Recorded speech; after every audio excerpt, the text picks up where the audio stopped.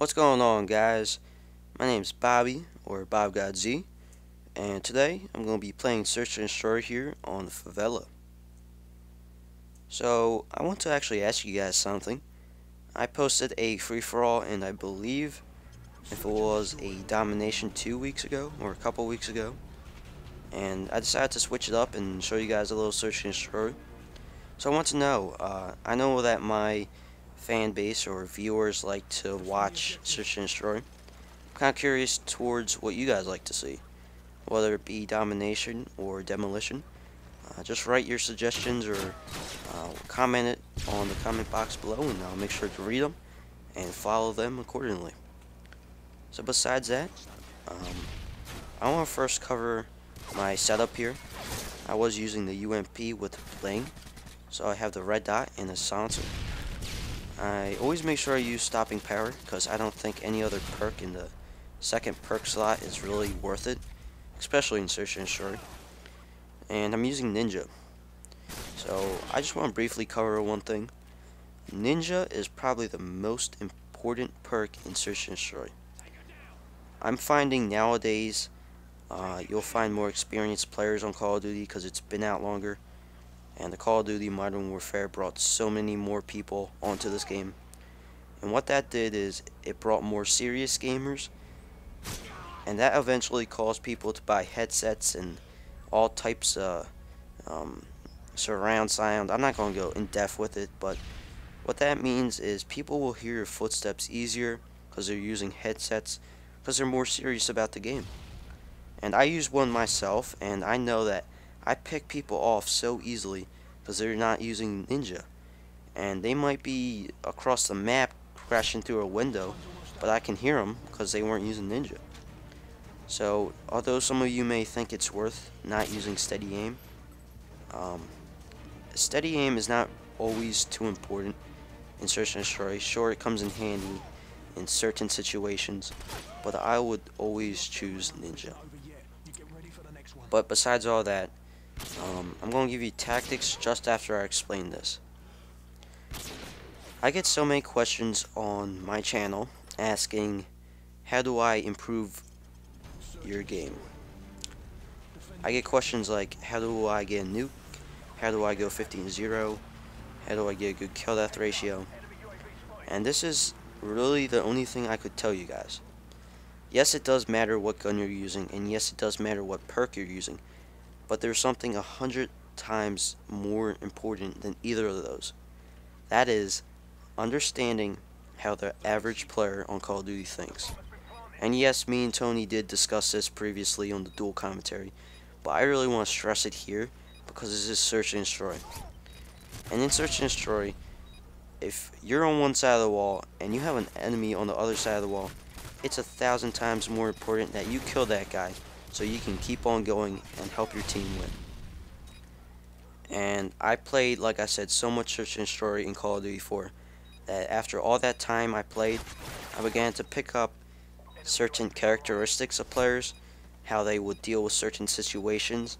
And once I understood if I was on that type of situation where I was on one side of the wall and he was on the other, I would know how to approach it, and most times I would be successful in killing that guy. So I would pick up how the average player thinks. I just want to stress that, and you may be asking yourself right now, well, how do I improve that? How do I become better at thinking like the enemy? And there's really no one suggestion I can give you. The only way I would tell you is just play the game. That's the only way I did it. And Michael Jordan was once asked, how do you jump so high? His answer was, I jump. He didn't have a specific exercise. He didn't do all these fancy weightlifting with his feet. He just jumped. And it's like Call of Duty is maybe completely different, but how do you improve your game? Just play the game. Because once you play long enough, like Michael Jordan jumped enough, you just begin becoming better, and eventually you'll see the results. That's all I can tell you guys. So besides that, I want to give you guys core tactics and tips.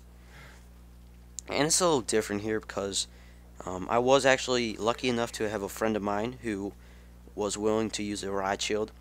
And I cannot tell you how beneficial it is to have at least one guy on your team with a riot shield. You might have seen it earlier, and it was like the first actual round of the game. He was running down one of the sides of the middle, and he was distracting two guys.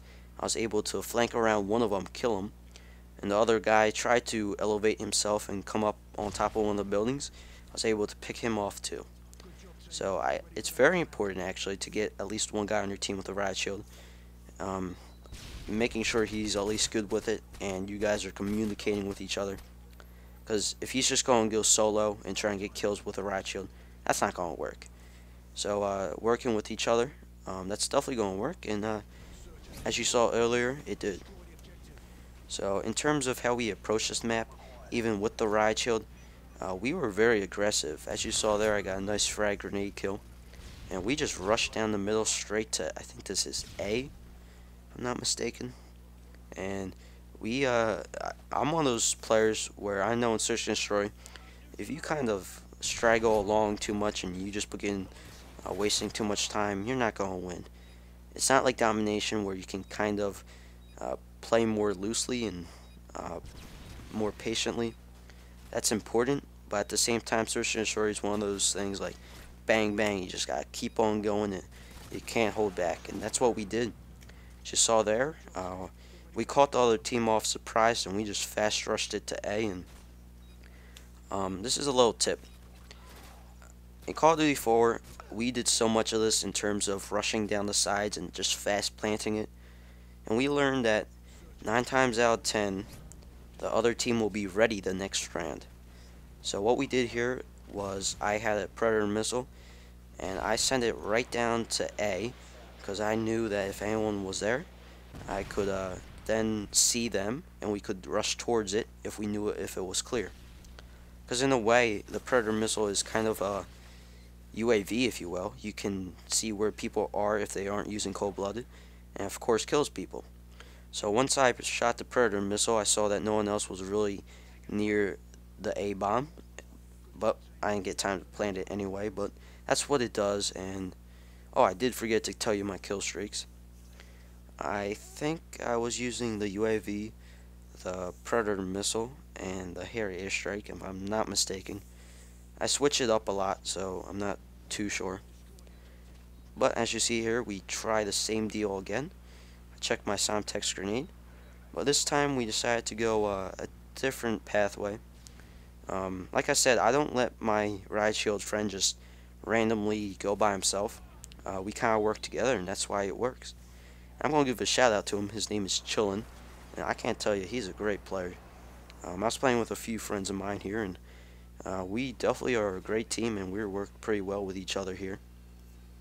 So besides that, I think Search and Destroy is a gameplay where if you go in with a group of pubs or random players, you're going to have a very hard time learning how to play the game. So remember, just have fun, enjoy it, because it's a game, and just make sure you comment on what you want to see in the future. Whether it be domination or team deathmatch or more Search and Destroy, just comment it. And my final score here is 12-2. So I hope you enjoyed, and I'll see you guys in Modern Warfare 2.